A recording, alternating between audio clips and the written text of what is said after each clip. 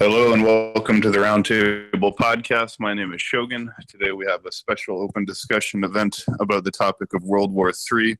To be honest, it's looking a lot more likely than ever before in our lifetime that we're facing a major conflict between world powers like Russia, China, and the United States.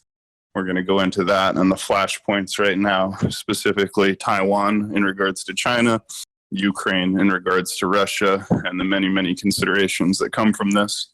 But before we get started, make sure you've joined the Roundtable Discord server. We do special events every day, usually at 9 Central. Other times as well, check out announcements for upcoming events and RT podcast for hundreds of great past special events and podcasts on YouTube, BitChute, and SoundCloud. Like, follow, and subscribe.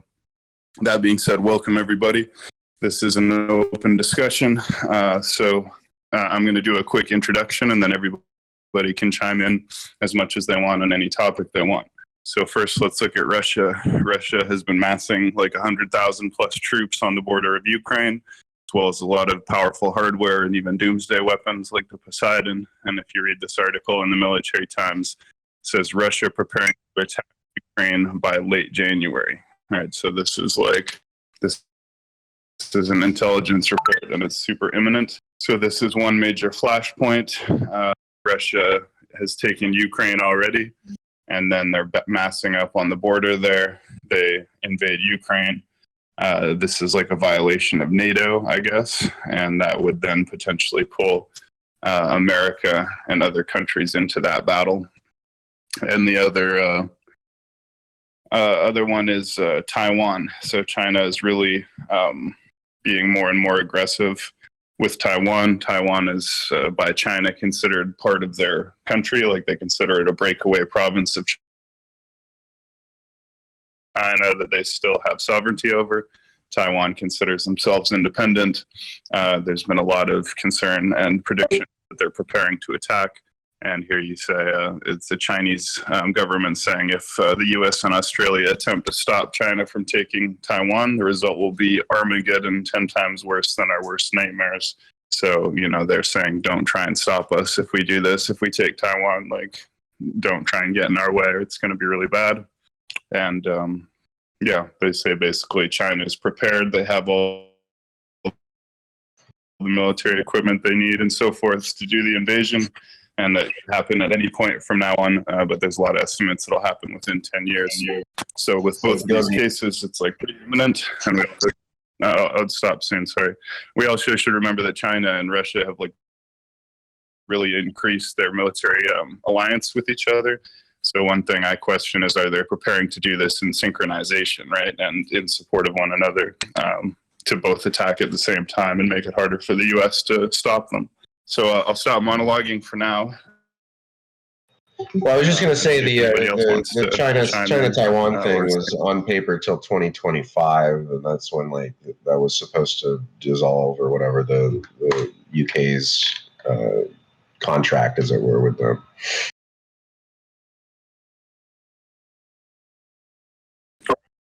So Australia has already said they absolutely will participate to defend Taiwan if China attacks them. Australia will defend them. Biden has also said that they would be here it is right here. Biden has said that America would help Taiwan and defend Taiwan. So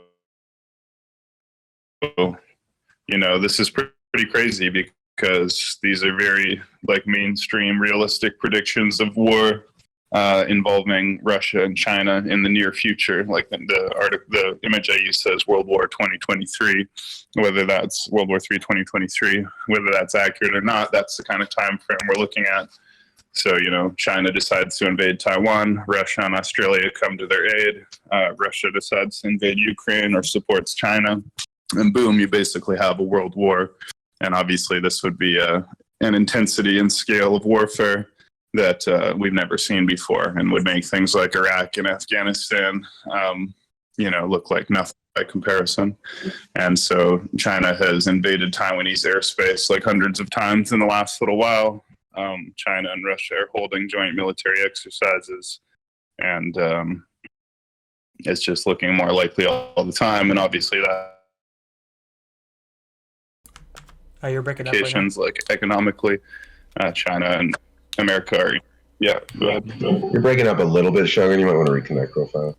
I'm wondering how much of this has to do with us having an incredibly split nation, and then specifically a weak president that, if any superpower ever wants to do any amount of threats, that Joe Biden being so weak and us being so divided has a lot to do with how the decision-making process here.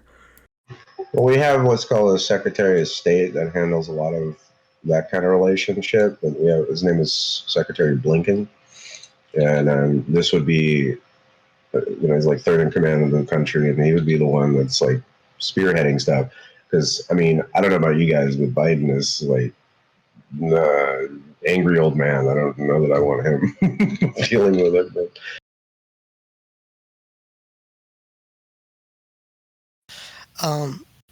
I have a question that I think is, I would love it if someone can answer it. It's basically, if China did invade, right, and if the war that ensues afterwards is apocalyptic, would other nations actually follow through with it?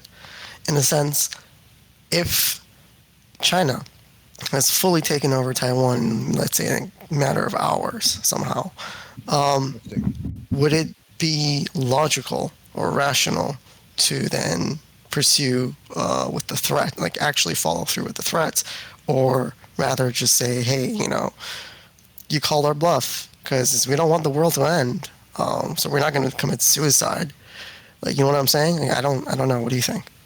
Well, it would create a sanctioned war and all that other stuff. If we just let it happen and didn't do anything, there'd be a massive backlash from the global community in regards to it. And there'd be other warfare that would happen. There'd be shipment cancellation. So, by the way, there's a study done on countries that have their resources and what they get from other countries to complete their, like cars and everything else. And China is actually in the worst case scenario right now amongst most countries. They're probably ramping up in the last couple of years since this analysis was done, but basically COVID kind of showed the world the percentage of goods that they receive from other countries, and China isn't in the best shape to just go alone right now.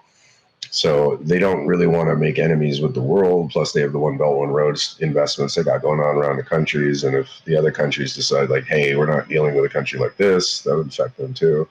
So there's all kinds of things to take into account. I agree. I don't think it's effective or rational for anyone to follow through with any of these threats or do anything. I don't think it's rational for China to take over Taiwan.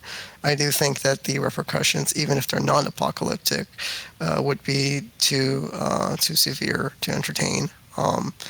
And of course, there's a great loss for everyone else too. If there's, let's say it was possible to successfully eradicate China completely. All right, let's just hypothetical. That would still also be a great loss for the world with respect to the mutual interdependence trade. And of course, there's many people there. That's just horrible if they die. It really seems from a rational, cost-benefit analysis perspective, irrational to move forward with any of these actions on both sides. So even if Taiwan is taken over, I would say it's also irrational to follow through with the apocalyptic war. Well, so back-end agendas to it too. Like, we have our elites and power players of the world that have been investing heavily in underground bases around the world, like New Zealand and so forth. It's not just conspiracy; these things are real. And so there's a continuity of government plan in America, but there's also a continuity of the elites as well. So there's plans in place in case it goes down, and they'll be a lot better off than the rest of the world. But go ahead, John. Well, I just want to address why I think it is quite likely that these actions will be taken by China and Russia. So why does China want to take Taiwan? Well, Taiwan's existence is an insult to China's national pride. It's an insult to their concept of sovereignty. So it's very ideologically important to China that they believe there's only one China. It's unified, right? This is a core part of their identity. That they're We also can't forget. No, you're cutting out. I thought you're done. You're cutting out, bro. There's also the morals and dogma aspect of it, of unleashing the atheist. You cut in and out, brother. Well, then don't just start interrupting me. Just tell me that I'm cutting in and out so I can. He's got latency going. Can you guys hear me now? Yeah. Right now, but yeah, you do break up quite a lot. Well, just tell me if I'm breaking up, but don't just start talking over me. Just say you're breaking up. Can you hear me now? Am I coming through clear? It's good now. Yeah. Yeah. So anyways, China needs to do this for the purpose of their own national identity. It also like sends a message to the rest of the world that China makes its own like sovereign plans and can't be like controlled by the rest of the world. It's important for their, projection of strength. And also, China's facing a major economic collapse right now, or crisis. And when countries face a major crisis like that, that's when they're most likely to go to war, because war economy can kickstart the economy, like weapons production and all that. And it also distracts people from domestic problems. And the reason I think America might entertain it is, I think it's called Thucydides Trap, which is that if there's two powers sort of similar in strength, but one is the dominant military power, but the other one's closing that gap, then that creates like a strong incentive for the more powerful nation to allow or trigger a war when they think they still have the advantage and before that gap closes. No, Thucydides Trap, I got to interrupt you because that's not it. Thucydides Trap is when the economy of two countries approaches equality and one overtakes the other. So every time in history, this is called Thucydides Trap. It's only held not true 3 times in history, and it's been America each time that's proven it wrong. But each time another country approaches an economic GDP that goes above the current leader of the world, there's a war. And that's held true about 19 times, I believe it is. But it has nothing to do with military might and everything to do with the economy of the country and their output. Well, thanks for correcting that. But the point is still the same, which is that, America estimates that China will sort of achieve parity or overtake it in the next, 50 years or whatever, based on current projections. So then there's an incentive where it's the thinking like, well, if this conflict is inevitable, we want to fight it when we have the advantage. All right. So there's that as well. Yeah. Well, China has what's called a 10-year plan too. Most countries don't do this. They basically plan things out 10 years in advance. COVID fucked all that up, so they're probably going crazy. So like their entire structure has to be reorganized, and their goals and everything they have set out is totally upended. So they're also going through all kinds of internal. I was reading through some of the reasonings for the hoarding concept, and there's apparently that's like a communist tool to rile the masses up to get them, scared because they're doing certain oligarchical changeovers within the monetary system and things like that. But just real quick, just to throw in the old conspiracies of morals and dogma, we'll unleash the atheists. Right. Well, and another reason is like right now Xi Jinping is doing really aggressive like reforms in China and like cultural reform, and he's trying to label himself as the most powerful Chinese leader in history, like more powerful than Mao Zedong or whatever. So for him to do something like reunify China by taking Taiwan, that's like exactly the kind of thing he'd want to do for his legacy and send the message that he's like a strong leader who can't be stopped from pursuing China's goals. So I really wouldn't underestimate like the ideological and political reasons, propaganda reasons, and cultural reasons why China wants to do this. And similar things apply with Putin. Putin wants to project strength and autonomy and stuff, and America has hedged him in with NATO and destroyed all the like diplomatic channels that existed. So Putin said, you guys are pushing us towards war because you've destroyed all these like legitimate communication channels between Russia and stuff. And America has some proposal to like not recognize Putin beyond 2024, which is ridiculous and like a huge insult to him. So it also all gives him motivation. I think what China and Russia could legitimately do is say, listen, we've all been living in the shadow of America for the last however long. They've been constraining us geographically and politically. They're weaker than ever ideologically and financially and everything. They're dry from fighting Afghanistan for 20 years. we're both getting more powerful and we're allied with each other more and more. Why don't we make a synchronized move? Both flex our muscles. We both get to win major points as like powerful leaders. And we get to show that like the age of American domination is coming to an end. And it's like a new Russo-Chinese like bipolar era. So I wouldn't underestimate it, and it ties into other countries like Iran as well. Iran is allied with China and Russia, whereas Israel is aligned with America and so forth. So like, there's other dominoes as well.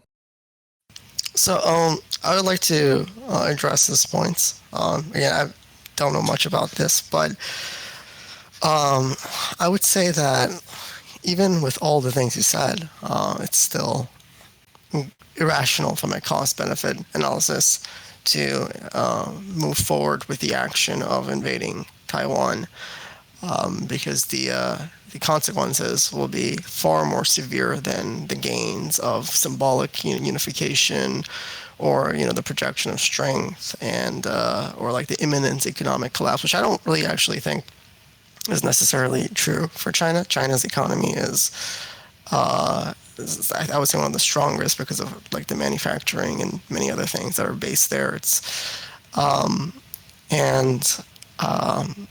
The idea that war can fix that scenario, I do admit that war can be useful for economic growth. Nothing motivates people to work together like killing the enemy. So you can do wonders when you're motivated like that. However, I would still say that the follow through of that action will lead with consequences that makes any gain look like nothing in return. Like, it just doesn't make sense. I think there's ulterior motives, more likely. I do not think the intent is to invade at all. As I said, it's kind of suicidal to do so in any way, really. I would say that, for example, this could be done for testing the waters and see how the reaction is going to be for some other reason, some intel reason perhaps. Maybe it's being used as distraction from other events. Who knows? Maybe there's some turmoil going on, and this is kind of used as a way to make people focus on this rather than other issues at hand. It could also be used as what you were saying. If Xi Jinping, whatever, is trying to seem like a super strong leader, I would say invading Taiwan's airspace and puffing your chest serves that purpose. So maybe it's all about barking, but not anything else. For example, Iran does this quite often. They, sometimes take these stupid boats and they, get close to carriers or whatever. They can blow them out of the water in 2 seconds, and they just move around a little bit. And really, it's really sad, but it's kind of like barking, really, to not seem weak. And I guess it can work first to some extent because people think you're actually going to follow through with it. Obviously, in both the Iran case and the China one, I would say it would be suicidal to actually follow through with any violence. I'd like to ask a couple questions. These are the thoughts that are coming into my mind. Like, how united is our United Nations in any forefront we would have, especially when we look at just specifically the coronavirus and all the decisions we've made in each different nation state. And publicly, it feels like the conversation that we have in America is pretty much as bad as the one we were having worldwide. And then also in terms of rationality for, the second question is that in terms of rationality for the decision-making process by any of these leaders and military leaders, we don't know how many instances in history have we ever seen narcissistic leaders make irrational decisions based on their own ego and their own hedonistic motivators that lead to, like, we've seen nations fall. So it can't be that every decision that's ever been made is always the most logical and rational one for the current time. Yeah, no, I do agree. However, I would say in this particular scenario, the consequences are more dire than any other alternative scenario, really. This one is basically apocalypse, really, because these are, nuclear armed nations.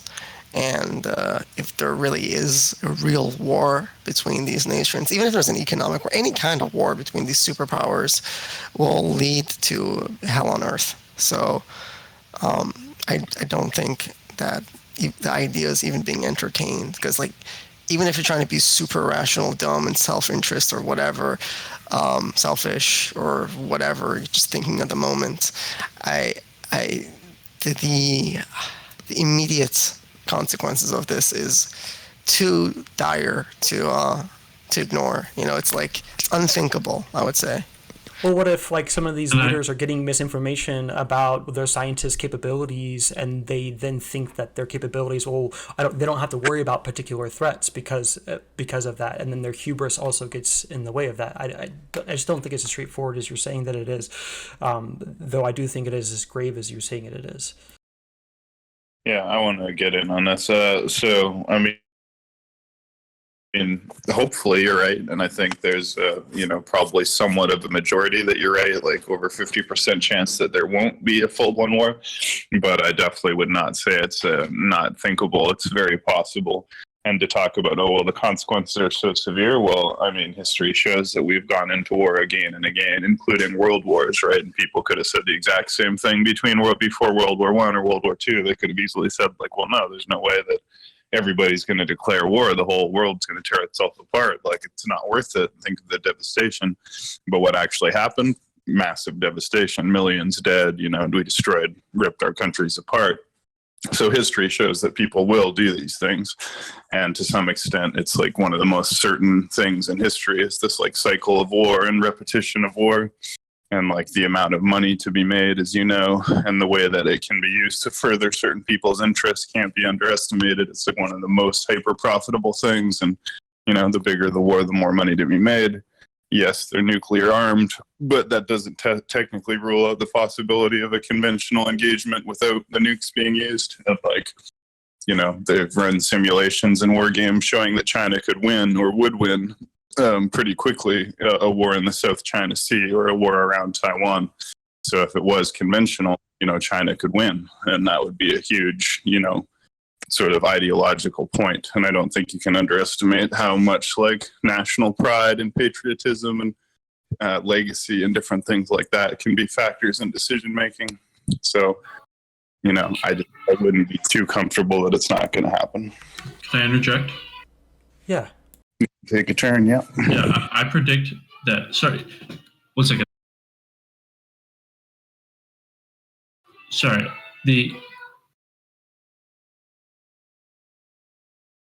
Sorry, I tell my daughter to turn her TV down. She turned it up right as I was about to talk. I think that China will invade Taiwan, and it'll be in about 5 to 7 years, maybe a little bit sooner. And they'll win, and the rest of the world will not respond. Because everyone in China and Russia, their main concern is maintaining control over their own population. That is paramount. That's more important to them than anything else, because they have to maintain control of their own nation. And foreign policy follows domestic policy, and so on and so forth. Whereas in Western nations, the policies are determined by what's in the best interest of business owners and the interest groups, which, pretty much control the economic and Western democratic spheres of influence.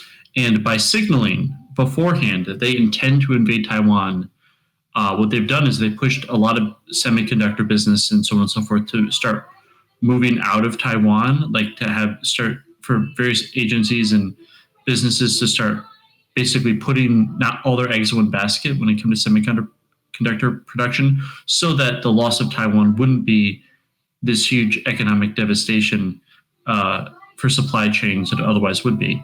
And so they're intentionally giving that signal so that players can make the appropriate moves, so that when they go in and move in, the incentive to stop them won't be we have to do it, but will be is it worth it? Because they're playing on business interests, making the rational move, where they then can do, basically play a game of chicken and win. And because of the drivers of who controls what and how those decisions are made, their autocratic approach will allow them to be the bully, which we cannot be because of the way our policies work and how you have to, sort of propagandize the people to get them in support of war. And that's simply not occurring right now. So China will invade Taiwan. They will take it. They will win about a half a decade from now. That is my prediction. And to add on to that really quick, I think that our United Nations are nowhere near as united in any forefront that we would ever do as a retaliation. And I think that China sees that, and that's one of their goals for disrupting conversation everywhere in any of their pursuits, not just to control our elections, but also in the more that we're divided, the more we cannot unite against them.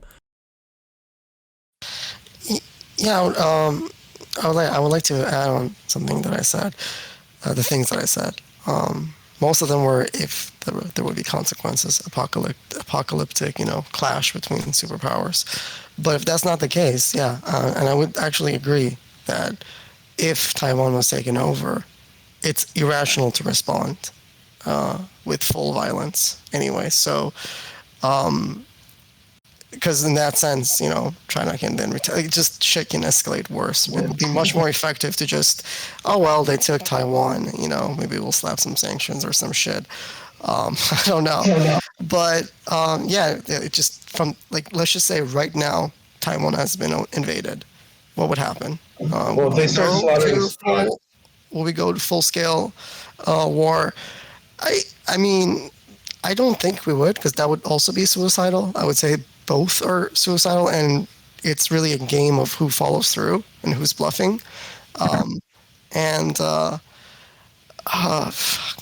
Yeah, I mean, shit, it's possible, but whatever the case is, I don't think the apocalyptic scenario can come out ever, because that's just beyond irrational. Also, the conventional war, don't you think that could escalate to nuclear? Like if you were having two nuclear capable nations fighting relatively advanced warfare in a specific region, would it not escalate to nukes?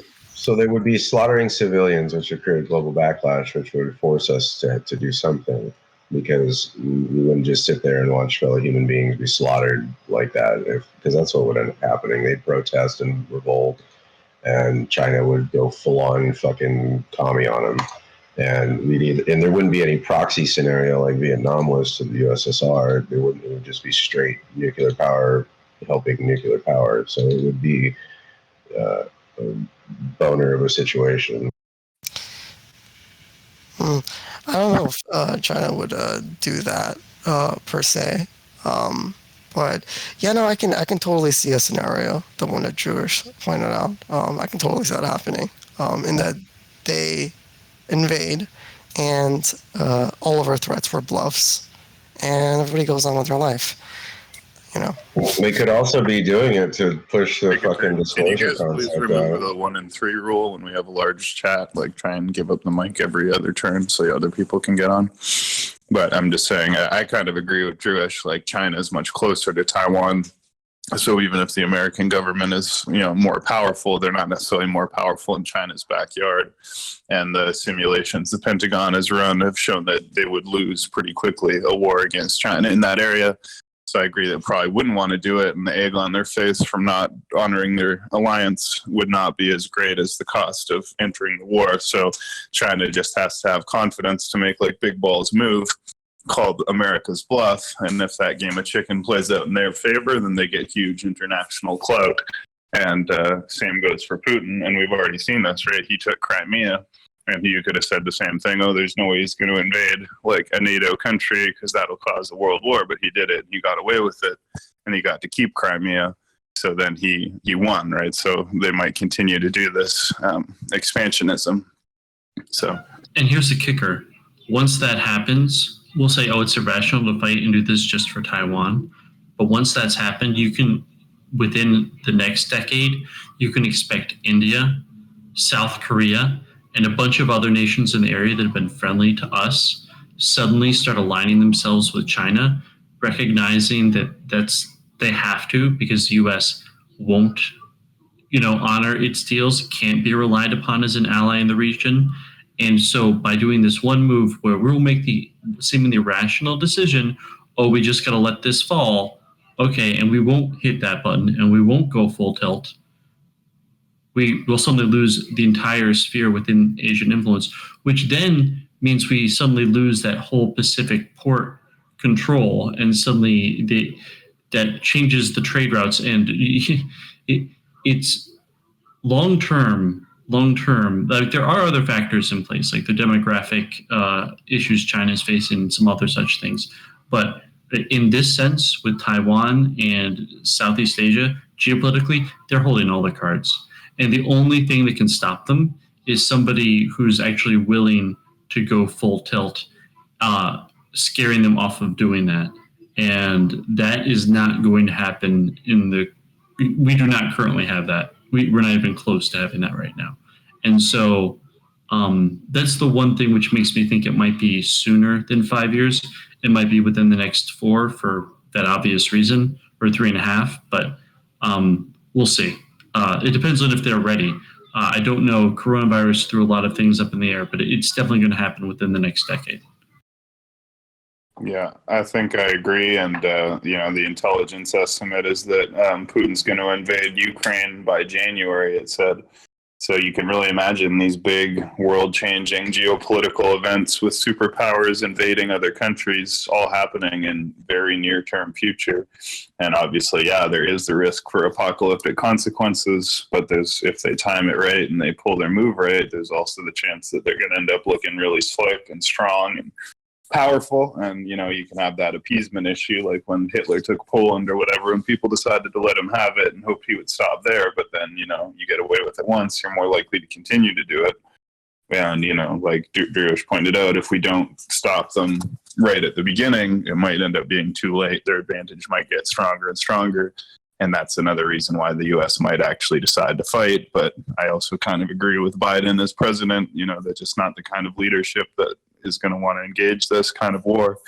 So it's more likely to me that America is going to roll over and renege on Taiwan than it is that China is. In other words, Taiwan is not nearly as important to the United States as it is to China.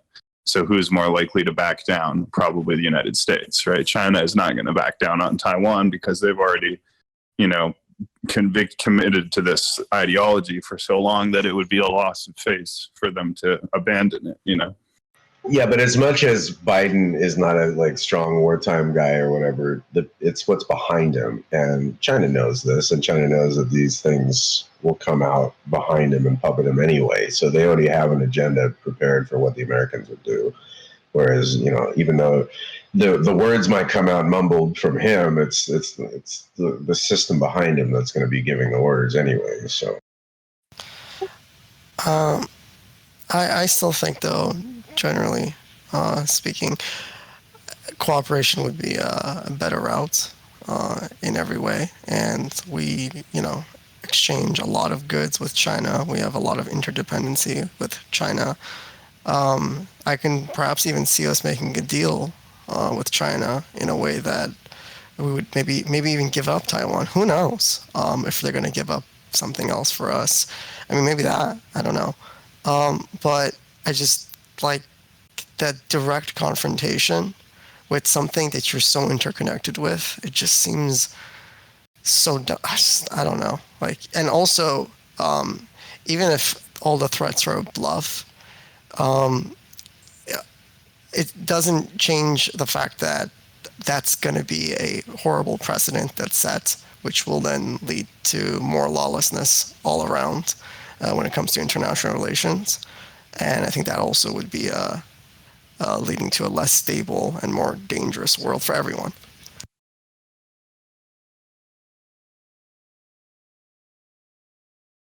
Yeah, of course. I think we all agree, right? This is highly dangerous. It's going to affect all of us in mostly all negative ways, put the whole world at risk of extinction and all these things. Unfortunately, I'm not sure that's going to prevent it from happening. And it's worth also talking a little bit about technology. I posted an article. China's launching their super modern, super massive aircraft carrier within a few months. It's a huge aircraft carrier. Russia has a new fighter jet that's a tenth the cost of the F-35, but apparently is almost as good and can stand up to it. There's a lot of satellite and space weaponry that's going on. Russia just blew up a satellite from in orbit with like a missile, and China has these weapons too. And all this stuff just keeps accelerating, and One thing to consider too, what happened in World War II is that Japan's army, so they could manufacture and pump out like 2 aircraft carriers in a certain time span, whereas America was pumping out 6 or 7 or something like that at a time. And so the actual process of like when shit hits the fan, and it's like we only have 11, right? But if you take them out, how fast can we get more going and all this other stuff? So there's also time to market concepts too. And if China doesn't have the components to do it, they're fucked. Yeah, and I just wanted to also mention these hypersonic missiles. So they're saying China and Russia are actually more advanced than the U.S. in these areas.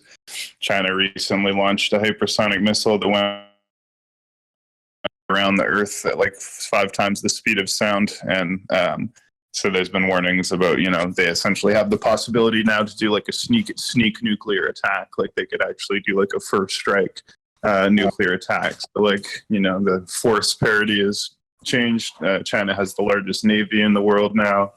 Obviously, they have millions of soldiers under arms, like exponentially more than the United States. And in war games, China often, if not usually, wins these conflicts. So these are all things they're going to be considering. And China has actually built these huge troop landers that are like these huge ships, amphibious ships that carry thousands of infantry soldiers, and like there's no purpose for these ships at all other than for invading Taiwan. So it's like, they've prepared to do it. So at a certain point, it seems unlikely they're not going to do it.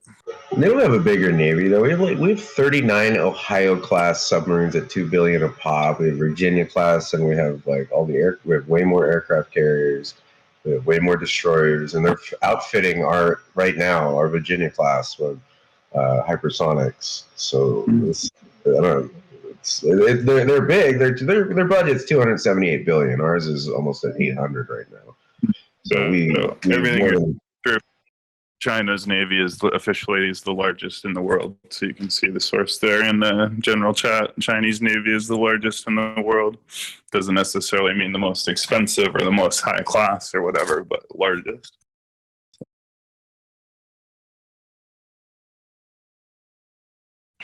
So it's entirely possible that we're going to see it, and it'll be the first war in our lifetimes that has affected. So we did a war game. Just real quick, I just want to make a correction. Most of China's ships, right, and their 355 ship count, most of them are brown water, i.e., they're made for rivers, small, ponds, lakes, etc. If we include brown watercraft, the U.S. Army has 500 watercraft.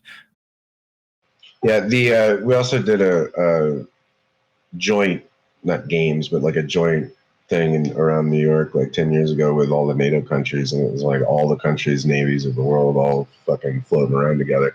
So because if push came to shove, they'd get in on it too. So like, it's not really if America's navy is bigger than theirs. We're talking of 33 NATO allies. Like,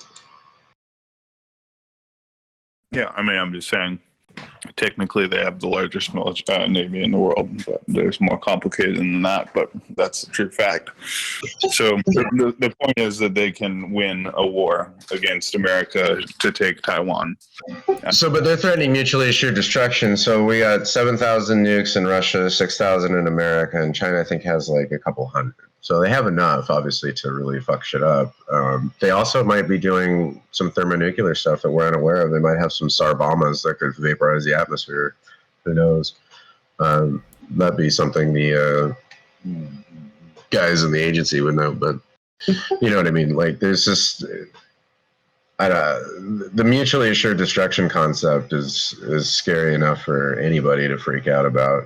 I mean, I don't know if you've seen Dr. Strangelove, but I like that shit holds true. I like it. I don't mind mutually assured destruction. Honestly, compared to the alternative, it's not a bad outcome. I know. Plus, my consciousness is immortal or whatever. Oh, instead of becoming a slave or a prisoner of the enemy, us destroying each other is better? Or is that the alternative you were just speaking of, Engineer? Well, the alternative is just becoming a slave to one's own government, for that matter. I'd much rather the U.S., China, Russia, and et al. Nuke each other out, into oblivion and out of existence than just society continue to slowly degrade as it has been doing.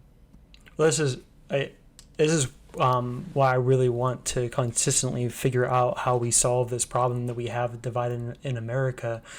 Is because of these many existential crises that we face, because there's so many that we're facing today. It feels like there's more existential crises today that the average person in America or the world is facing, and we have less capability and control over doing that. And it feels like the mind virus that's separating us here in America is affecting everywhere else. Like I posted in the link or in the chat of the New York Times article talking about of where Macron is coming out, taking in the leader of France, talking about how this woke ideology is getting into their discourse where they're having. So what this does is it everywhere that this mind virus goes to, wherever it goes, whatever's causing it, we can talk about that. But everywhere, I think it always shows ability for people to agree just plummets. It just goes down. And we lose the ability, like almost not overnight, but like in an incredibly short period of time. People in all areas of life, as they're having conversations, lose the ability to agree, and then we see more people around us as the enemy that's in the way of us getting what we want, and then we don't know how to even, and this just breeds everywhere, and it's incredible. And I just feel like our world stage, our conversation, our ability to have a conversation there is terrible. No, it's irrevocably gone because of the name Shub. It's a little off topic to it, but I would say check out some of Nash's game theory equilibrium and how that negotiating with conflict resolution, because that's what these people have been utilizing. If I can connect the notion that I think Hermes brought up of, well, maybe we'll give them Taiwan and they'll give us something, with what Thorson was just saying about how divided we are. We don't want anything. That's one of the issues. China, there are people in charge who have a plan and a vision for China, where there's an indoctrinated sense of nationalism and so on and so forth. And the same with Russia. Is there an indoctrinated nationalism within the United States or within most of Europe?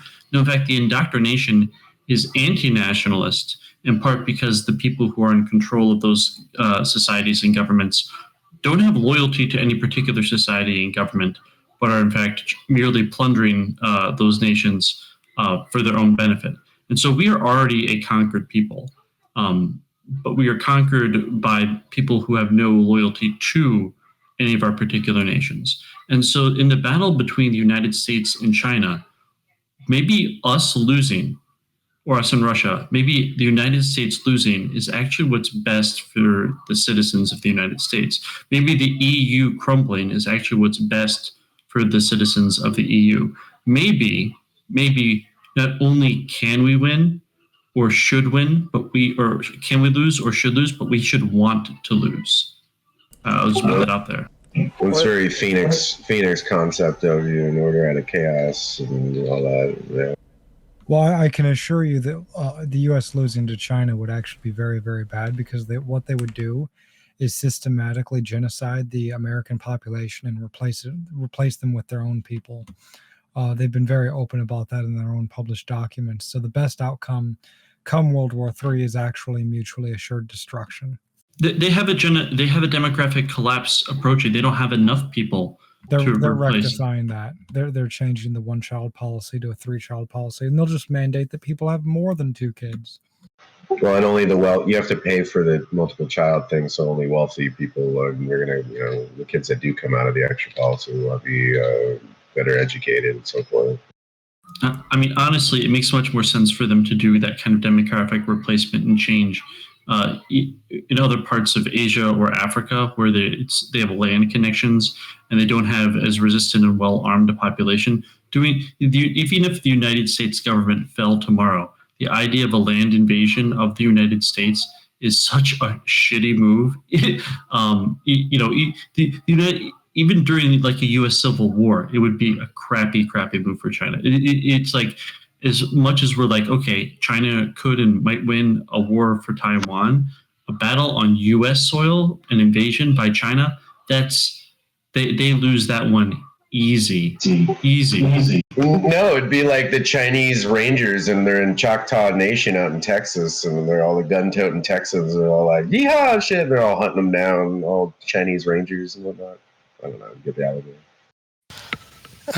My prediction is that we're going to move towards more stability. Nations are going to get more interdependent as globalism increases, and I think that we should work towards strengthening the states rather than weakening it, as I believe the state is important. Globalism is already reversing. There's starting to become less interdependency. The U.S. is becoming more industrialized. Manufacturing is being reshored as the cost basis can't justify outsourcing anymore. Supply chain breakdowns have forced a lot of companies as of recently to reshore manufacturing. So no, globalism is on its way out. It was a failed experiment. Says you. Well, it's not says me. This is what's happening. American companies are reshoring manufacturing right now. Yeah, and does that mean all of a sudden the U.S. is going to become an isolationist state? Fuck no. And again, the entire purpose of interdependence is that at the end of the day, cooperation is mutually beneficial. I know you might not see that, but that is the case. Only an expansion. I wasn't saying that it was going to reverse necessarily, but what I was disputing was your concept that it would continue to globalize. That's already the opposite's already occurring. So no, it will not continue to globalize, and interdependency will not get any higher than what it currently is. Actually, globalization with respect to information exchange is rapidly spreading with media, movies, culture, and all sorts of stuff through the internet. People are getting more and more interconnected. You're saying that right now, because there's a blip in the economy, probably because of COVID and many other factors, all of a sudden that means that globalization is not where we're going towards. I wholeheartedly disagree. This has been a trend since about 2015. American reshoring of manufacturing has been a slow but steady trend since 2015 because the wages are increasing in China and automation technology is getting good enough that it's oftentimes becoming cheaper to make things in the US or Mexico than in China. And so companies are starting to reshore manufacturing. Of course, it's a long, arduous process. But regardless, the point of the matter is, and I'd also like to point out regarding information, the U.S. has had more interconnectivity with the internet for the last 20 years than it ever has before them. And it is more balkanized, it is more stressed, it is more culturally divided now than it ever was in its written history since the Civil War, despite the internet causing an increase in connectivity between people.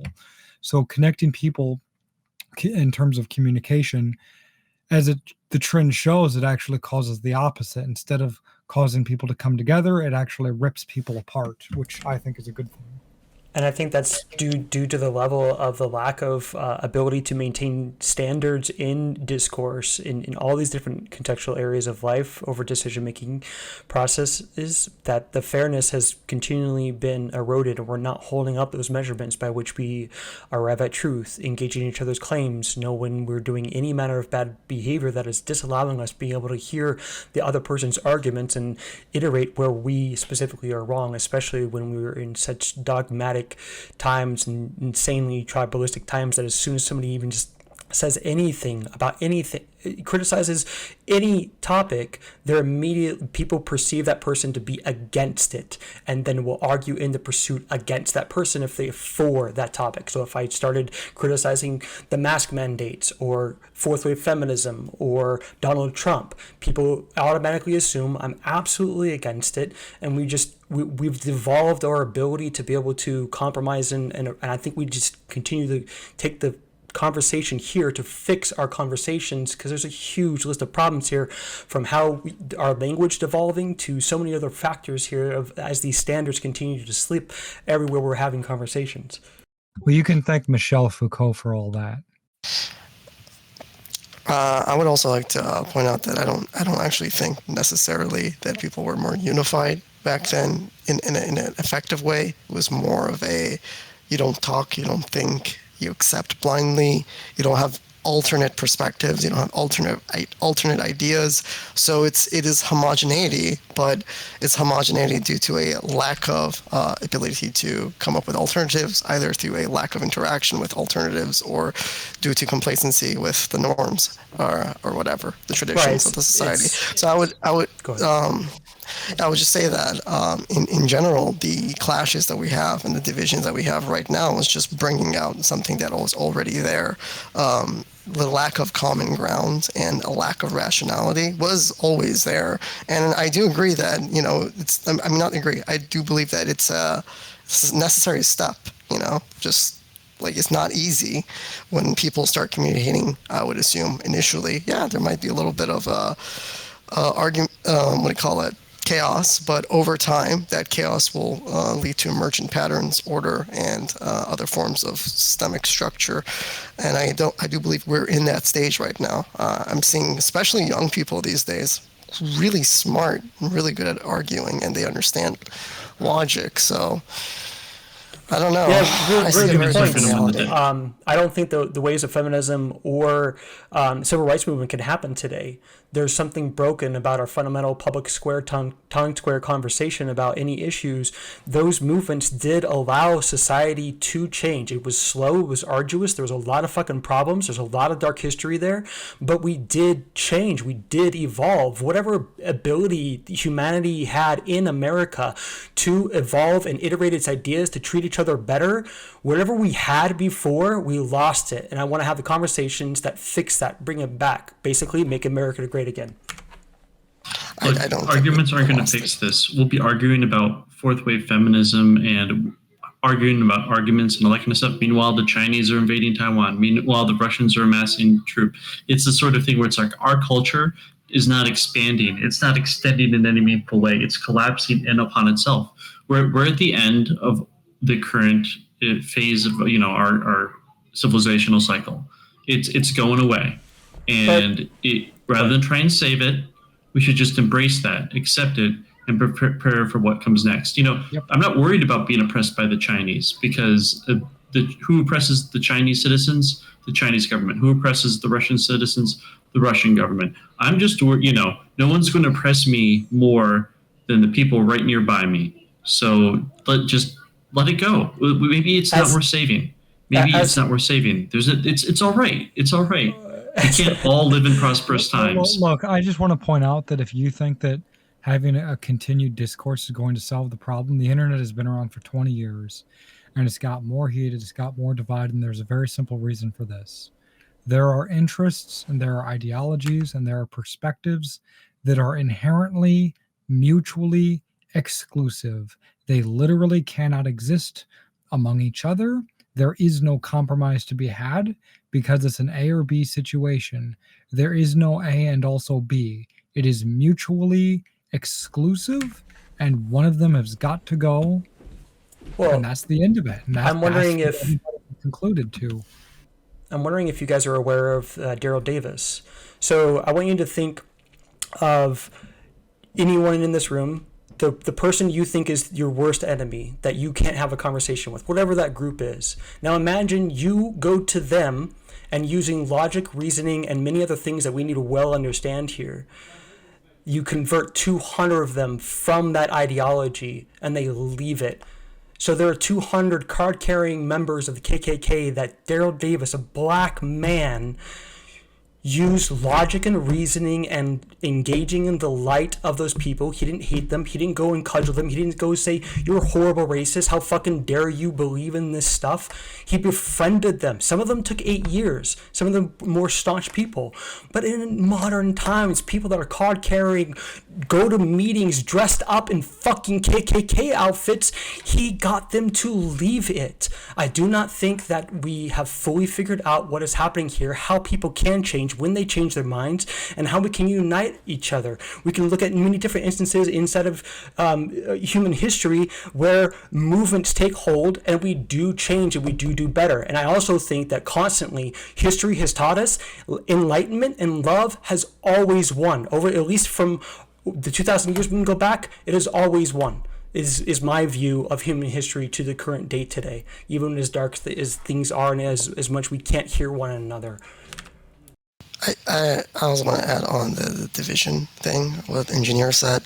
First of all, ideologies being mutually exclusive. Yes, that is true. Does it mean that people have to hold on to those ideologies? No. So people can change. And the idea that people and their ideologies are like stuck forever is false.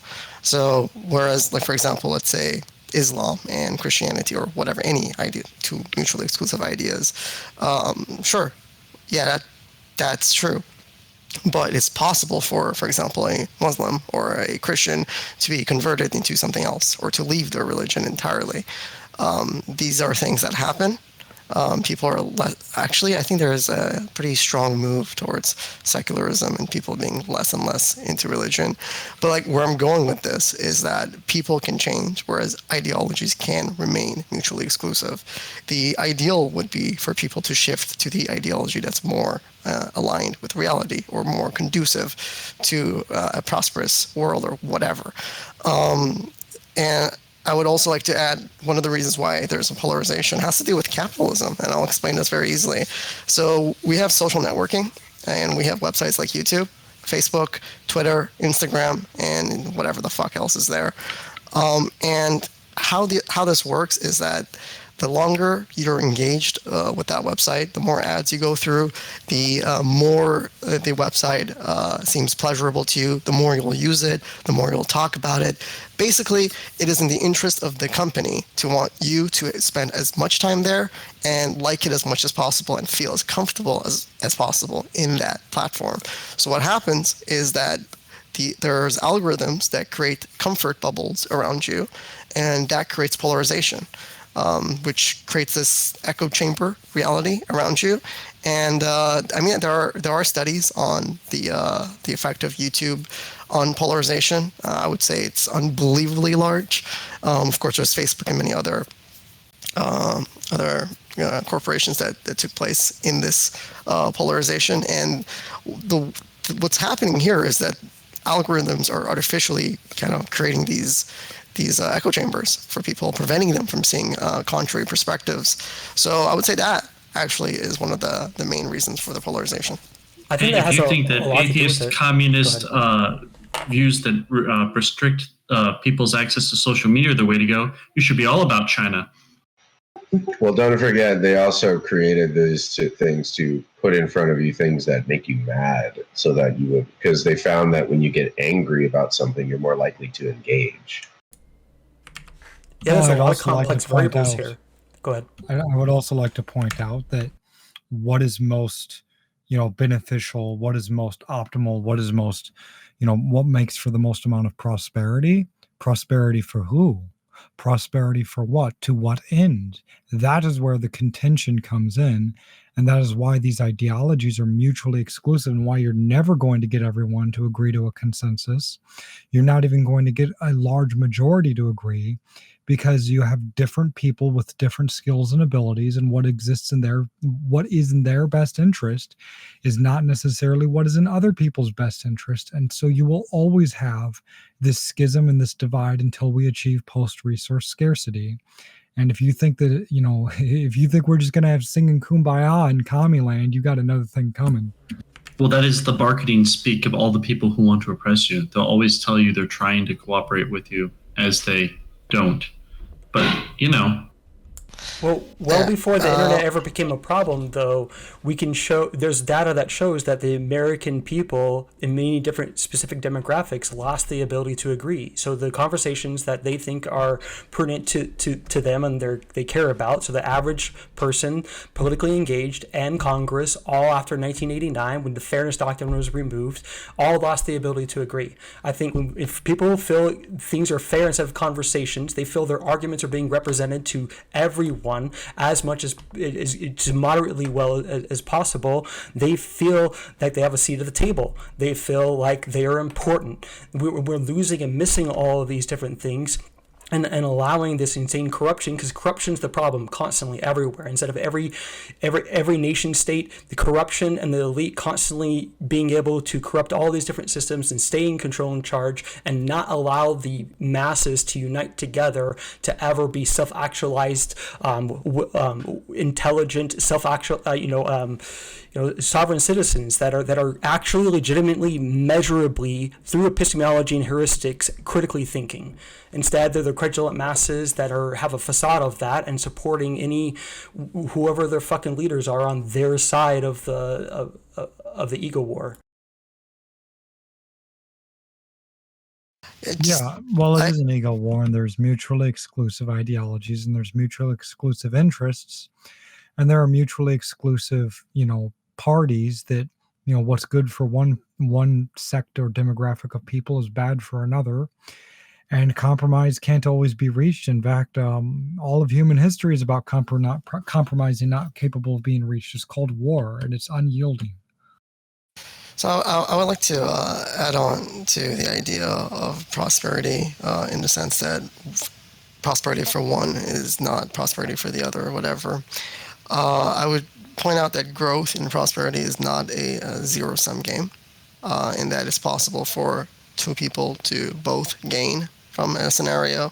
So ideally, people say like in negotiations, is a win-win scenario is the ideal scenario. So I would also argue that when I say prosperity, it would be net prosperity, in that one's gain is not at the loss of another. It's more about mutual gain in the ideal sense, at least. Again, cooperation really is superior. And I'll give the rationale for it. There is utility in people and everything, basically. And when there's conflict, there's a waste of energy rather than using that energy towards a goal that's mutually beneficial. So conflict is wasteful. It's like internal friction clashes, whereas cooperation is a back and forth without that clash, and you get to lateral. There's something that happens in the brain, lateralization, but in this case, I'll say specialization. So, for example, if you have a group of people, it's far more effective for them to specialize in different fields and then trust each other and rely on each other's expertise. And the same is true for the brain. We have lateralization in the brain, whereas, for example, different parts of our brain specialize at different tasks, and then they cooperate with each other. That is the optimal route. Cooperation within high-trust societies or within families is very possible. Cooperation within diverse societies, ideologically, ethnically, religiously, and so on and so forth, very difficult. Cooperation between societies of completely different cultures, even more difficult. The only cooperation that has happened has been economic cooperation, and that economic cooperation is breaking down. But again, you're not a big fan of capitalism, so whatever happens there. But I mean, neither am I. But that's another thing entirely. Probably for completely different reasons. But I don't think just because cooperation is possible doesn't mean it is optimal. I mean, you're never going to get the lion and the elk to cooperate. You're never going to get things which are necessarily adversarial to cooperate. And we're talking about cooperation not between the individual people here. We're not talking like, can I cooperate with the guy from China? We're talking about cooperation between the rulers of the nations. And are the people who rule China, used to cooperate with people, or do they have to control and maintain the people? Are the people who are in charge in the United States in positions because they've endeared themselves to the people, or are they simply, front men puppets for the people who actually pull the strings behind them, with the money people who get politicians in power? Same for Europe, same for Russia, or one or the other. It's either strong man leaders, okay, who are authoritarian nature, or it's politicians. Those are really your only two options, and they'd have to cooperate with each other. And then you look like, okay, what about the generals? Like we have the general who was in communication with his Chinese counterpart in order to try and prevent a war and so on and so forth with China, because he was drinking the Kool-Aid of the United States media that Donald Trump was going to start a war with China. All that tells you is that if we even have the possibility, even the impression or that we put out there that we might have a leader at any point who's actually willing to go to war with China, our own military is opposed to that idea. Our own military will see that as a threat to the world. Do Chinese military men see that way? Hell no, because if you're disloyal in the Chinese government and the Chinese military, you know exactly what's going to happen to you. We do not have the wherewithal, we don't have the cultural or the societal will to engage in a war, let alone win it. I think that's a really good point. I think that's a really good point because we're seeing this mind virus not just affect like places like France. We're seeing it affect our highest levels of military. There was a high 4-star level general that came out recently in favor of critical race theory and wokeism, and there even I mean, I don't know if the Fox News reporting on some of these things are absolutely accurate, but I'm just stating what I'm seeing. We need to investigate all of this, but they're making claims of like how too much of the training that is happening for our American armed forces right now isn't actual physical training. It is this more woke and diversity training, and all these other things that we were, and then the overwhelmingly thing that we can constantly see many different data points of is that humanity is becoming weaker and weaker day by day. Physically, like all of our capabilities are just plummeting as from our chronic disease rates to our massive debt to our ability to hear one another. Like we're insanely weak today, and that's not turning around.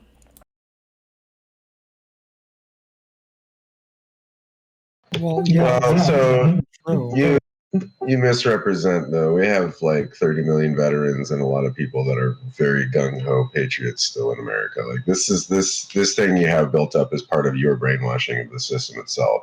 There's a reason why they call them the flyover states, and they're all Republicans, and they're all, whether you like it or want to think so or not, they think they're patriots. You know what I mean? So like, there's people that are totally ready to go. I hear you. I'm saying that there's those, but like instead of our police force and our armed forces, because the people at the top are constantly catering to the more left-leaning extreme ideology, people inside those places are leaving. Like the cases of like New York, where the cops were being told to go out and arrest restaurant owners, and these unconstitutional edicts that many governors are instituting, and then that is getting rid of the good cops that would be in that place. So the same thing with the good forms of military. They exist, but we're having less and less of them that are in the actual positions to of their roles in those places. They're leaving them.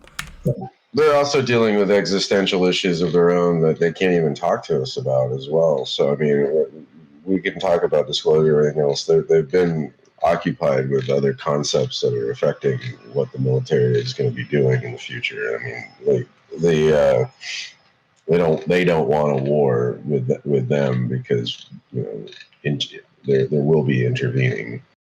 Well, I would also like to point out back to to the whole mutually exclusive thing, right? I don't know what your definition of capitalism is. Thanks to the NAMSHUB, even things like simple words now have like 1,000 different definitions depending on who you ask. But people freely trading among each other as individuals is something that a lot of people like, and some people don't like, and a lot of people don't like. But at the end of the day, right, these are two mutually exclusive things. Either people will be able to freely exchange products, services, goods, etc., or they won't be able to. And any regulation or rule or whatever you put down, even if you justify it for the quote unquote public interest, there's still going to be a large swath of people that is going to hurt, and they're going to fight tooth and nail to prevent that, to obviate it, to get around it, whatever it takes. And if your solution to that has to be violence. There's no other way to do it. You can't convince them because it's in their best interest to not follow such edicts. In fact, sometimes following such edicts is a death sentence to these people either way. And so the only recourse of action to any regulation you want to put down is violence. So what's your solution to that? Loving each other by giving good form criticism. by ensuring that when we care so much about where we are wrong, that we operate on a principle that if I am wrong in anywhere, I want any of you to constantly question me and criticize me, whatever my status ever is, so that if I'm wrong ever, I'm not oppressing anyone around me. And we can show this through epistemology and scientific data, where when we make better decisions, we're more united and we're able to criticize ourselves, and the credulous masses can criticize their leaders, and we can measure that. Then we have a more unified society. It doesn't mean we agree on everything, but we have to agree on a lot of things. Think of like two scientists ever trying to do any amount of scientific work, and they legitimately agree on every single principle, how everything thing works, because that's where we're headed. That's where we've been headed. We can turn the ship around and get back to a better place of where we could establish some manner. Like there's really bad idioms like agree to disagree. It's making a really good point, but I also think it completely glosses over the incredible need we need to agree, to show where we agree, and to really thoroughly show where we agree, so we can build a foundation of understanding when we're ever having these conversations. But too often we focus way more on where we disagree. I think you're conflating economic freedom, which I think was talking about, with ideological freedom. And if there's anything that, fascist states, which China effectively is at this point, have shown us, it's that those two aren't necessarily congruent. The statement in the West is that civil liberties, political enfranchisement, economic freedom, that these things are all inextricably tied together. And that's just not the case. So you could have a society where people can trade freely, but are very restricted what they're allowed to say, or vice versa. That's very possible. And to your thing about capitalism engineer, the only market I'm in favor of is a black market, because it's the best market. And the most effective way to get that is with a dysfunctional authoritarian regime. Oh, I agree 100%. The black market is the freest of all markets. Right, but that's also because I think you guys are having some standard of fairness inside of those exchanges that you've witnessed. And then again, coming back to the fairness thing, that the more things are more fair for human beings, and they really truly genuinely see that, then they operate on better principles.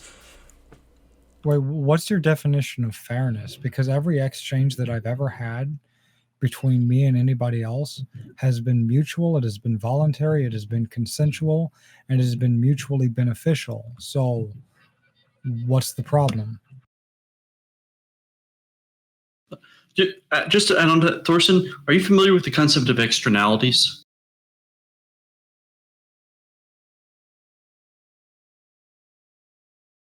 I'm not sure what you're saying. So externalities are like the unintentional side costs of things that I do to other parties. So for example, if I pollute the air, the burden of that is actually carried by, because the air doesn't stay where I pollute it, it's carried by other individuals. And so there are external costs to my actions in the same way like drunk driving. Okay, it's my car, it's my body, it's my choice, but I'm necessarily potentially putting other people at a greater risk of harm by driving drunk. Externalities are the side effects and conditions to other people, to me privately making my own actions. And it's sort of like the justification in a lot of ways, both legitimate or illegitimate, depending on your perspective, for controlling private actions, both restricting civil liberties and economic freedoms. Because, if they're, the concern is over the concept of there being a tragedy of the commons, where, there's no restriction on how much you can have your animal graze. So everyone grazes as much as they can. And what do you know? Now the field can't support any animals because it's all been eaten. Whereas if we had just controlled how much people could graze, everyone could have sustained a certain number of herd or something along those lines. Like that's and even there in that example, we have authoritarian force people to do it with laws, or everyone is aware of this fact and educates themselves and everyone else so that we can know how to make sure that it is a fair scenario for everyone. Oh, so you're just depending upon the fact that there won't be people who rig the system, cheat the system. Because here's the thing, that's what generally happens in a high trust society. It works really well, but there are explicit and clear social costs to violations of that trust. children might get away with it because they're being taught and they're learning and so on and so forth. But like, if you screwed over your neighbor back in the day in that kind of a way, knock, knock, shotgun block, vengeance was taken. If you stepped out of line, you had to cooperate. I mean, this is how Chinese farmers had to do this. They had to cooperate for their rice fields to work, because if people step out of line in that clear cooperative standard, then they have to be exiled. They have to be gotten rid of. You cannot have a breakdown. Otherwise, the high trust society doesn't work. High trust societies are amazing. They allow you to avoid these externalities because people understand that the success of themselves and the communities are tied together. But when you're not tied to a particular community, when you have a globalized economy where individuals freely move from place to place to place, they're not tied to even a nation, let alone a particular community, then at that point the incentives are very different. And why invest within a community? Because you're just here temporarily, you move along, you get what you need, and it's just part of your life, and maybe you're only staying here for a couple of years. So the end result of it is a completely different economic system that we have not adjusted to socially or psychologically or morally, and will not admit to ourselves that that's the case. I think that we can rid this corruption that we see everywhere, that we're constantly pointing out in many different ways, by using very specific things of checks and balances that, like the forefathers that wrote the American Constitution, tried to write rigorous, very specific, articulate statements to ensure that there are checks and balances, maintaining for, I think, the core tenet of fairness between so many different places: the state, the average person, the nation, the federal government, and it just, I mean, how long do they have conversations to figure out what word should go where? I think we can do this. We can take many of the different ideas that allows us to ensure that we uphold standards and how we iterate those standards everywhere in life. We can have empathetic checks and balances of ensuring that anywhere we look, we are allowed, and in fact, people want to be scrutinized and criticized, and we show that this is a core tenet of a healthy society, that or core principle, that a healthy society means that we have a national conversation constantly criticizing anything anywhere. We can measure that there's no amount of argument avoidance devices or downplaying or anything like that ever happening when we criticize the FDA or pharmaceutical industry or the military industrial complex. Everywhere we have healthy manners of checks and balances of criticizing things, because we figured out the good form criticism instead of the horrible destructive criticism that most people have received in their lives, that is making it to where they can't even hear criticism today. Most people see all forms of criticism as attacks on their own character. Well, if you figure out how to scale up social constraints upon bad behavior to the size of huge nations like the United States and China, then congratulations.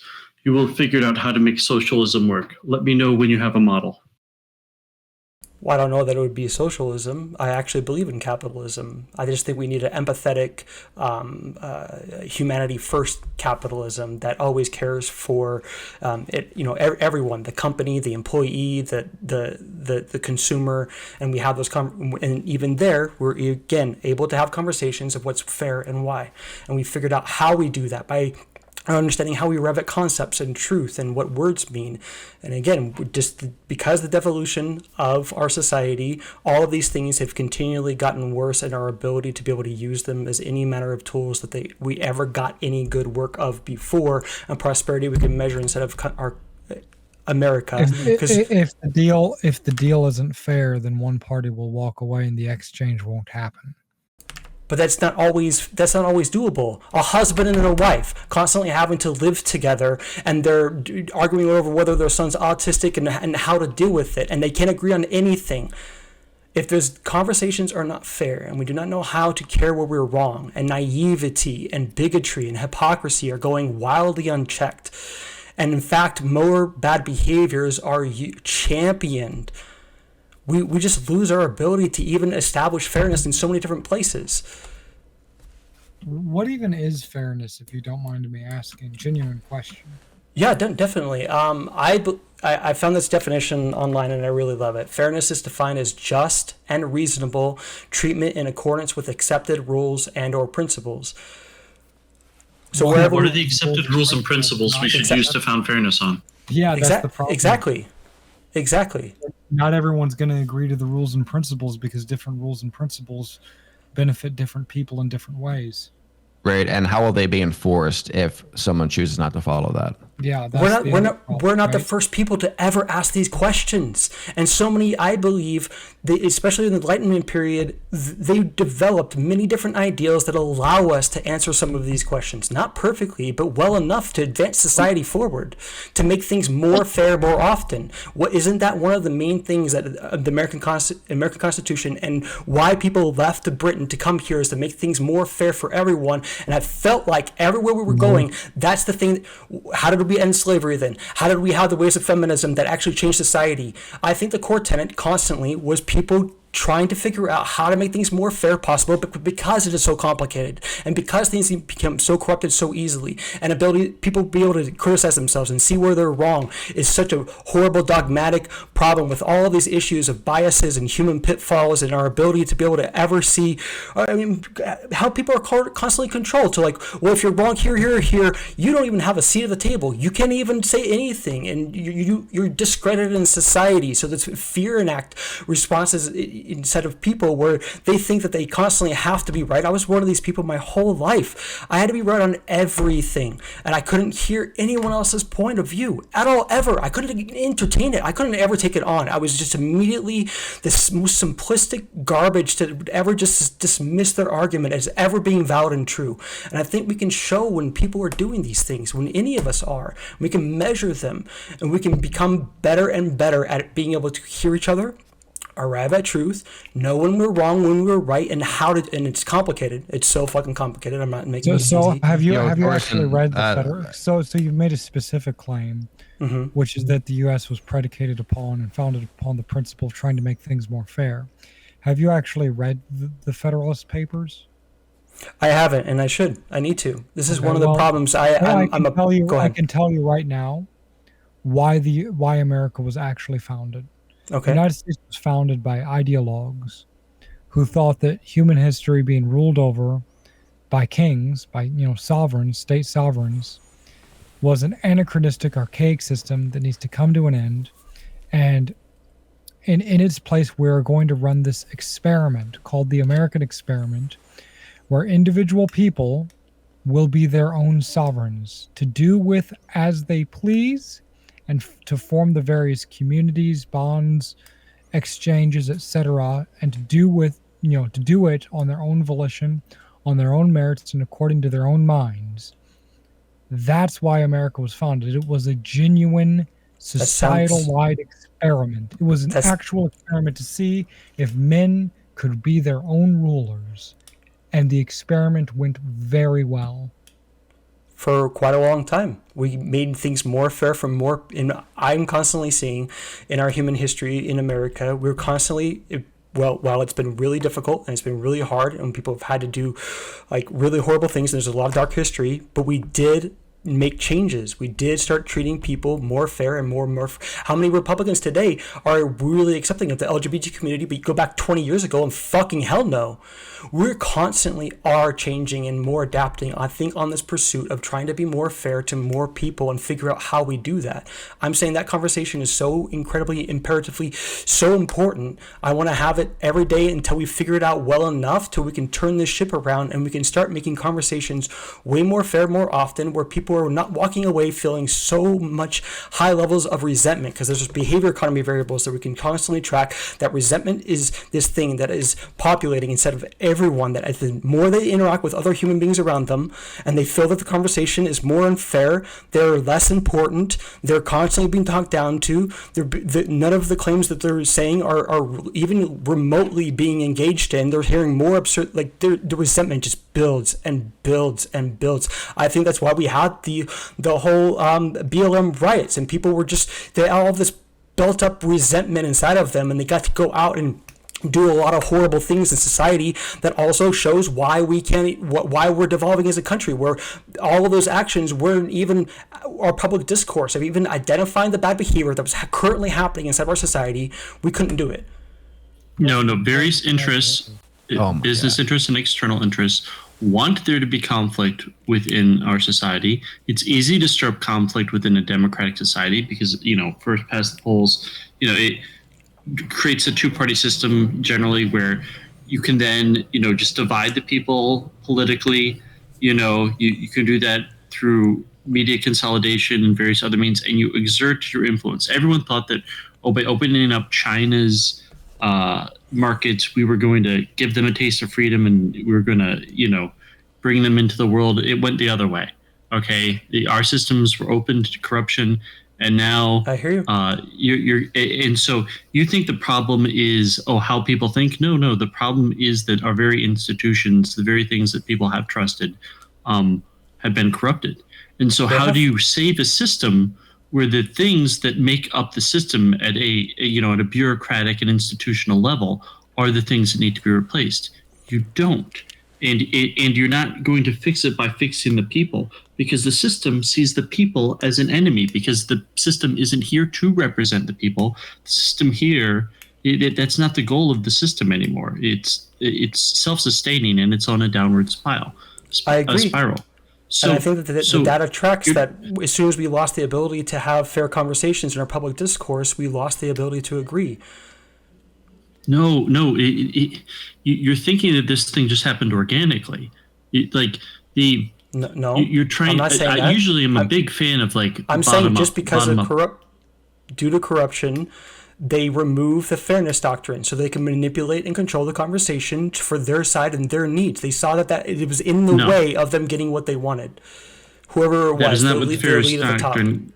The fairness doctrine was removed because Ronald Reagan was influenced by ideological people who believed in objectivism, if you know of Ayn Rand, and the notion that the government should not in any way control the flow of information. Because, I'm going to basically take a swipe at Ayn Rand here. She didn't understand that multinational corporations could be just as oppressive as governments. A lot of libertarians who basically, libertarians and Satanists kind of both ripped off different areas of Ayn Rand. But the notion that somehow oppression is different when it's a government versus when it's any other entity, be it a mafia or, a corporation, is completely lost on a lot of libertarians. And I'm not trying to just attack, libertarians in general, but if there's any, there are blind spots all over, and if they have any blind spot, it's government bad, but they don't understand that the distinction between a government and some of these non-government organizations is a fine line. Yeah. No, it's not just a fine line, it's completely arbitrary. And that's the only difference between the Shinra and the government, is that if you kill the CEO of Shinra because he's doing fucked up shit, nobody's going to give a damn. That's really the only difference. Yeah, I didn't know about that, about the fairness doctrine and why it was removed. I want to look at that and have more conversations on that and figure out what's going on there. But after it was removed, over the last 100 years, the American civilization has become, according to your definition of the word fair, quote unquote, right? So I don't believe that fairness exists. I believe that life is inherently not fair. That's just the way things are, and that's the way they've always been. But to your definition of fairness, which is justifiable, etc., the American civilization has been in a declination on these things, on these quote unquote fairnesses that you speak of. It's been declining rapidly for 100 years now. You look at things like, the great new, the New Deal, right? Where the government was burning farm fields whilst people were starving in the cities to bump up the price of agricultural products. You look at things like, you can say, well, the civil rights movement, sure, but look at the massive entangling bureaucracy that's also spawned with it, that's oppressed basically everyone from being, no longer are you even capable of starting your own business anymore. You have to be rich, already wealthy, to start a business in America today. If you want to bring a product to market, you're not allowed to do that without spending, tens, if not hundreds of thousands of dollars to get through government red tape. So in terms of quote unquote fairness, things have become far less fair over the last 100 years, which is why wealth has stratified towards the top and why the peons, the middle class, is dying. I agree. And I believe that we can show when people lost the ability to agree, figure out and constantly question how and why that is, and how we can get back to and improve it, make it better than it ever was. We have so much data, we have so much technology, we have the words of those that came before us. We should be getting this better than they did. But we're fucking this up. We're so separate. We're so not able to hear one another in so many different ways. Everybody can recognize the problems. The real problem is in agreeing on a solution, because different solutions benefit different people in very different ways. That's why, communists and socialists want a forced equality of outcome via state intervention over every aspect of people's lives. They want to be taken care of like a dog, etc. Right. And people that are very independently minded want to be left the fuck alone to trade and communicate with other people on their own volition. And these are mutually exclusive solutions to a very hard problem. And each solution is mutually exclusive. They cannot coexist. And this problem continues. I agree. There's cognitive dissonance between groups of what should happen and why. And this is why it is extremely important for us to fix our language so we can communicate and figure out what is at least a good enough solution for whatever it is we're ever trying to talk about, and we can start solving any of these problems. Because I believe there is some measure of humanity's ability to solve problems that we can show over the last 200 years. We really can't even agree on what the problems are. We can see the problems. The NAMSHAB. Okay, sure. When I say NAMSHAB, are you familiar with what that is? No. Okay. Well, the NAMSHAB is an emergent phenomenon that occurs throughout human history, and it causes languages to break apart into various sub-languages and so on and so forth. This is why Proto-Indo-European, this is why Europeans don't speak a unified language like they did back during Proto-Indo-European. Instead, language fractionized into all these different sub-languages, and this is called the NAMSHAB. Enki, the ancient god Enki, spoke at length about this. So did Ra and Thoth. But regardless, the NAMSHAB is when words that are pronounced and said the same way mean radically different things. If you ask me what capitalism means, I'll just say it's the free market. If you ask an actual communist what capitalism means, he's going to whip out an entire bookload of explanations and definitions about all this extra shit that is not at all what it means to me, right? You say fairness, and what I say fairness is radically different to what, we both say the word fairness, but the word means totally different things between you and I, right? It's totally different definitions. And this is why conversations nowadays have to be prefaced with defining one's terms. And even that can be very, very difficult because we have to be cognizantly aware, consciously keep track of how these words mean different things in this particular communication now. This is why it's virtually impossible for me to even converse with a radical communist, is because he's effectively speaking a different language than me. I agree. We can't even communicate. Yep. And this NAMSHAB I have a whole go ahead. This NAMSHAB process is irreversible.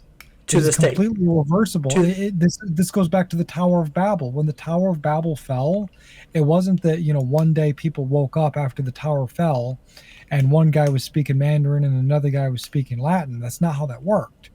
The Tower of Babel fell when words that were said the same way meant totally different things to different people.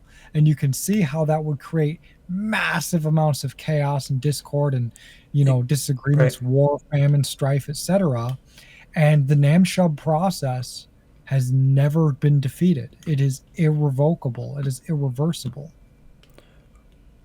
Which is why we need to figure out what is causing this, so we can speak the same language, because that is already happening today. I'm sure you guys see, like, we're not speaking the same language in so many different respects, like you're pointing out. And I think there's so many examples of this, and it's insane. And they're even changing words for not good reasons. I think there's one fundamental thing that I think we're disagreeing here on is you believe that we need to solve these things so we can save society. And I think Engineer and I are in the position that you do not save society at this point. You plan to build the new one that replaces it. I think we need to do both, but go ahead. No, but I think because trying to figure out how to, you can try and cure a disease, or you can try and prevent it. Okay, figuring out how to. The internet has allowed us a plethora of access to information that we just could not have before, and it's possible that a society that forms with the right tools and the right laws and has this much free flow of information could know what mistakes not to make, because that information would be so easily accessible, because history, real history, could be available. Potentially, one can dream, one can hope, but trying to reverse course now by allowing for free discourse. I mean, you're thinking that the issue is that people are not able to discuss these things. The issue isn't that people can't discuss these things. Information is being spread between people very effectively, believe it or not. And people are changing their minds on things very effectively. The issue is that the will and minds of the people have no impact upon policy at this point, because you're operating under the paradigm that we actually still live in a society with representative government. That has not been the case for some time now, that we have merely the illusion of one.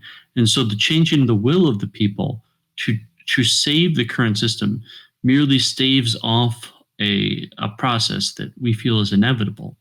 And honestly, to be perfectly blunt, because this is all about like World War III, a United States which has balkanized or collapsed or reformed itself is a much better scenario for the world, because the United States being invaded is very unlikely. It just doesn't make sense. But a United States which is uninterested in maintaining influence and power, beyond perhaps, I guess, the Monroe Doctrine, we don't really care about anything beyond the Western Hemisphere, if that, means that the threats of thermonuclear war, of that kind of conflict, are far less. It just greatly reduced. And so from the standpoint of the original conversation, even if our goal is to avoid a human level, not extinction, but they're close to it, civilizational reset approach, then the collapse of the United States is not a bad thing, but potentially a wonderful thing in staving off World War III. I hear you. You guys are making really good points. I do think that we can save this by understanding what is causing these problems. There's a lot more that we need to unpack and go through to figure this out. But what causes? What's causing it is no. I can tell you right now what's causing it. What's causing it is mutually exclusive interests for which no compromise can be had, because it's an A or B situation, number one. And number two, couple that with the Namshub, which is a naturally occurring process. It is literally a part of human nature. It is part of the nature of the universe. Let me put it like this. The Atlanteans could not defeat the Namshub. The Romans could not defeat the Namshub. All prior civilizations, not even Enki and Thoth, which, Enki and Thoth and Ra of Zep Tepi, if you actually read the ancient Archaean mythos, these were literal gods that walked the face of the earth. The gods could not defeat the Namshub. The Namshub is the undefeated champion of the world. I think we can understand its mechanisms and fix it. I really do. Just like we solve anything, every human beings solve incredibly complex problems. This is just another complex problem that when we put enough effort into collective research time, experiments, whatever it is, to truly understand what is happening here, we can course correct.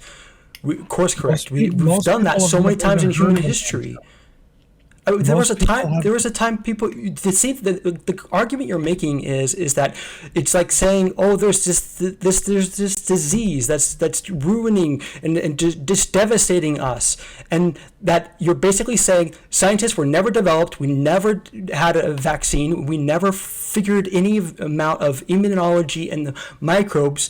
We as human beings error corrected and put forth at least enough effort into building instruments and experiments to understand this complex world around us, how it's negatively impacting us. We have so many examples of this in human history, of human beings coming together and say, okay, how the fuck do we fix this? I'm not saying that it's absolutely possible, but you're saying you're not even going to try. Maybe it is.